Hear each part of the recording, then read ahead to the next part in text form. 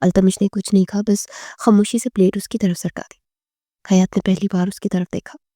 وہ سخت نہیں لگ رہا تھا، بس تھکا ہوا تھا۔ ریان نے اندر ہی اندر مسکرا کر حارث کو گونی ماری۔ رمیز نے دھیرے سے کہا، دیکھا گھر خود ہی ٹھیک ہونا شروع ہو گیا ہے۔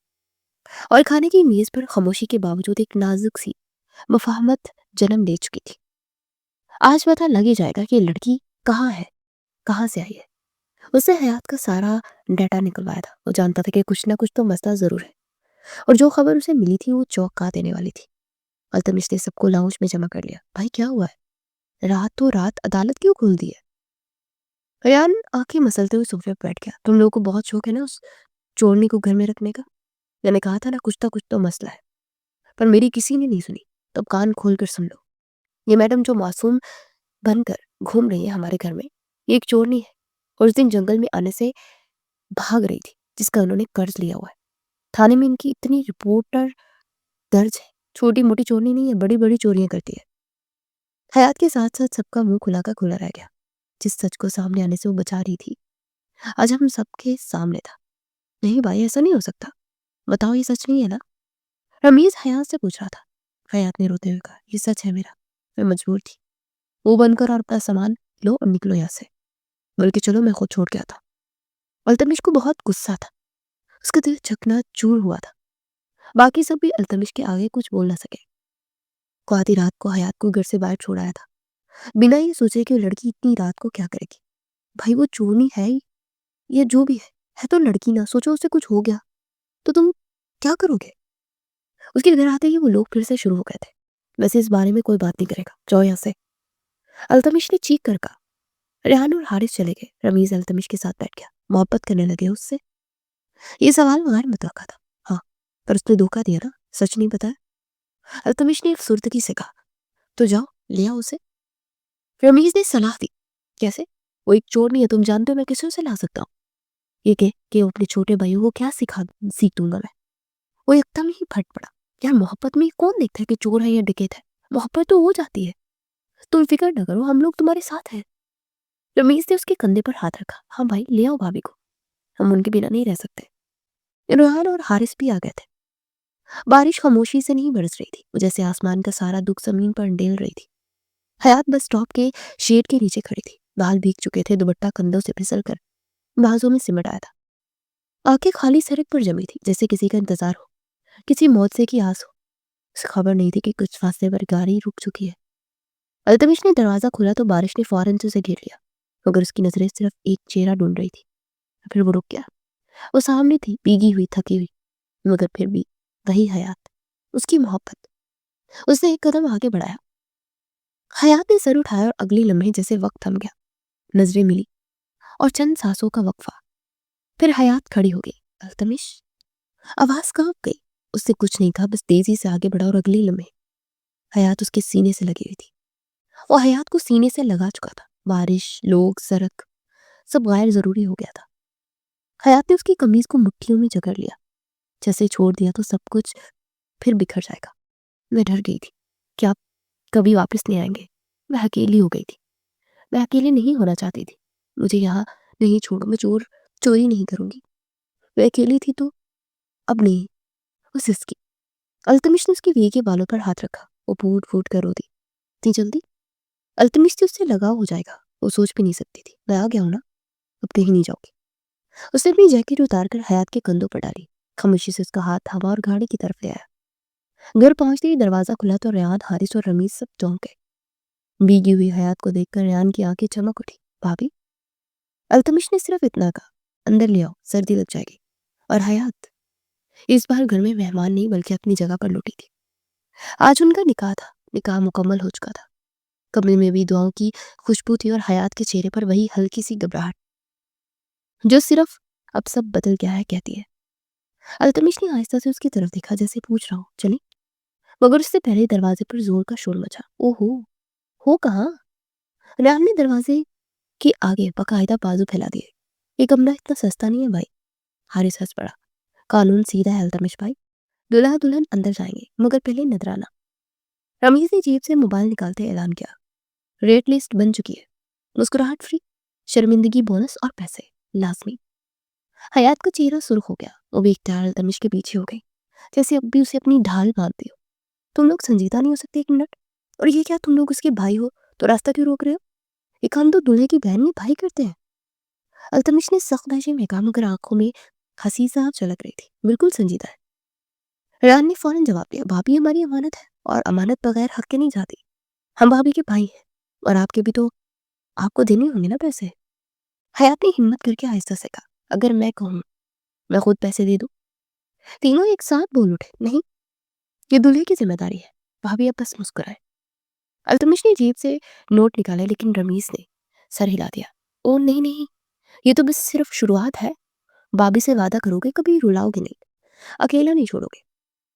کمرے میں ایک لمحے کو خاموشی چھا گئی. التمش نے پلٹ کر حیات کو دیکھا. اس کی آنکھوں میں اب بھی وہی ڈر تھا جو بارش والی رات کا تھا. وعدہ ہے. اس کی آواز دھیمی مگر پکی تھی. یہ اب اکیلی نہیں ہے. ریحان نے فوراً تالیاں بجائی. اوہو، جذباتی سین منظور ہے. حارث نے راستہ چھوڑتے ہوئے کہا. چلو بھائی، آج کے لیے پاس، مگر یاد رکھنا کل والی رسم الگ ہے. دروازہ بند ہوا تو حیات نے سانس لیا. اس نے دھیرے سے کہا. یہ لوگ بہت تنگ کرتے ہیں. التمش مسکرایا. یہی تو میرا گھر ہے حیات، اور اب تمہارا بھی. اور باہر بھائیوں کی ہنسی دور تک گونجتی رہی. کمرہ مدھم روشنی میں ڈوبا ہوا تھا. دیے کی لو زرد پردوں پر ہلکی ہلکی لرز رہی تھی. باہر کہیں دور دہکے اب بھی سنائی دے رہے تھے مگر اس کمرے میں صرف خاموشی اور دو سانسیں تھی. حیات بستر کے کنارے بیٹھی تھی، ہاتھ آپس میں الجھے، نظریں جھکی ہوئی اور بار بار خود کو یقین دلانے کی کوشش کر رہی تھی کہ یہ ڈر نہیں، بس ایک نیا پن ہے. التمش آہستہ قدموں سے اس کے قریب آیا. اس سے کوئی جلدی نہیں کی، جیسے جانتا ہو کہ اس لمحے کو چھونا نہیں، محسوس کرنا ہے. حیات. اس نے پہلی بار اس کا نام لیا جیسے کوئی دعا مانگی ہو. حیات نے نظریں اٹھائی. آنکھوں میں سوال تھے، تھوڑا خوف اور بہت سی امید. میں بولنا نہیں جانتا، التمش نے دھیرے سے کہا، مگر جو تمہارے ساتھ میں محسوس کرتا ہوں وہ خاموشی میں زیادہ سچ ہوتا ہے. وہ اس کے سامنے بیٹھ گیا، اتنا قریب کہ دونوں کی سانسیں ایک دوسرے کو چھو رہی تھی مگر اتنا محتاط کہ حیات کو ایک لمحے کے لیے بھی اجنبیت محسوس نہ ہو. تم اس ساتھ کہہ رہی تھی کہ اکیلی نہیں ہونا چاہتی. اس کی آواز میں ٹھہراؤ تھا. تو سن لو، آج کے بعد یہ لفظ تمہاری زندگی سے ختم ہے. حیات کی آنکھیں بھر آئی. آپ وعدہ کر رہے ہیں؟ آواز کانپ گئی. التمش نے اس کے ہاتھ اپنے ہاتھ میں لیے. کوئی گرفت نہیں، بس یقین. نہیں. وہ ہلکا سا مسکرایا. میں وعدہ نہیں کر رہا، میں ذمہ داری لے رہا ہوں میری آفت جان. ایک آنسو خاموشی سے حیات کے رخسار پر بھستا. التمش نے انگوٹھے سے وہ آنسو صاف کیا جیسے کوئی قیمتی چیز سنبھال رہا ہو. وہ حیات کو گود میں لیتے اس کے اوپر جھکا. اپنے لبوں سے اس کے لب قید کر کے وہ حیات پر پوری رات اپنی محبت نچھاور کرتا رہا. وہ شرم سے اس کی باہوں میں چھپی تھی. شام کا وقت تھا. چائے کی خوشبو ہوا میں گھلی ہوئی تھی. حیات جھولے کے پاس بیٹھی تھی جب حارث آہستہ آہستہ آیا. بابو، ایک بات پوچھوں؟ اس کے لہجے میں وہی شوخی تھی مگر آج آنکھوں میں کچھ رکا رکا سا تھا. حیات نے مسکرا کر کپ ایک طرف رکھا. آج اجازت لینے کی نوبت کیوں آ گئی؟ سیدھا بولا کرو حارث، وہاں نہیں. بس چلنے میں خاموش رہ کر بولا. تمہیں کبھی کسی کے لیے دل عجیب سا لگا ہے؟ حیات نے چونک کر اس کی طرف دیکھا، پھر نرمی سے کہا. عجیب نہیں، بس خاموش سا. ہاں، لگا ہے. حارث نے گہرا سانس لیا. تو پھر شاید مجھے بھی ہو گیا. حیات کے چہرے پر حیرت نہیں آئی، جیسے وہ کہیں نہ کہیں اس لمحے کے لیے تیار تھی. کون ہے؟ اس نے بس اتنا پوچھا. حارث نے نظریں چرا لی. ہے کوئی جو بولتی کم ہے مگر اس کی خاموشی شور مچا دیتی ہے، جو ہنستی ہے تو لگتا ہے کہ سب ٹھیک ہو جائے گا. حیات مسکرائی. اور تم تو شور ہو، خاموشی سے ڈر نہیں لگتا؟ ہلکا سا لگتا ہے، اس لیے تو دل لگا بیٹھا ہوں. مجھے تھوڑا بہتر بنا دے گی؟ حیات نے اس کے سر پر ہاتھ رکھا، بالکل ویسے ہی جیسے کبھی التمش نے رکھا تھا. پھر سن لو، وہ نرمی سے بولی. دل اگر بہتر بنائے تو ڈرنے کی ضرورت نہیں ہے، بس سچ کے ساتھ جانا. حارث نے پہلی بار سکون سے سانس لیا. آپ بھائی کو بتائیں گی؟